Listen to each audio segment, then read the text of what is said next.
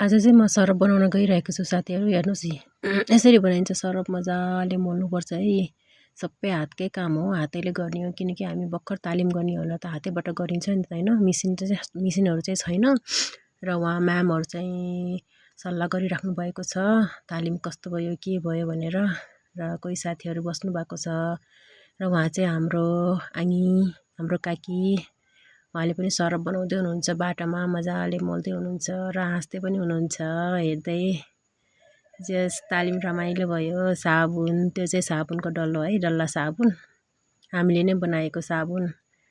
साबुन, सरफ, अनि phenyl, Harpic, झोल साबुनको तालिम थियो, 4 दिने तालिम। आज चाहिँ लास्ट दिन हो सरफ बनाउने, लगभग सकिसक्यो। म चाहिँ मजाले सरफ मोलिरहेको छु। साथीहरूले हेरिराख्नु भएको छ कस्तो हुँदैछ भनेर। अनि हाम्रो मामहरू पनि हुनुहुन्छ पछाडि, उहाँले हेरिराख्नु भएको छ।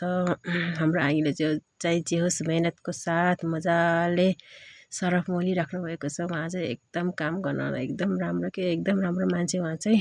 र म पनि गरिरहेको छु बिस्तारै बिस्तारै।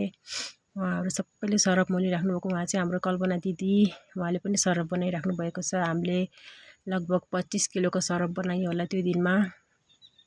जो सरफ पनि राम्रो भयो, भने जस्तो सोचे जस्तै भयो।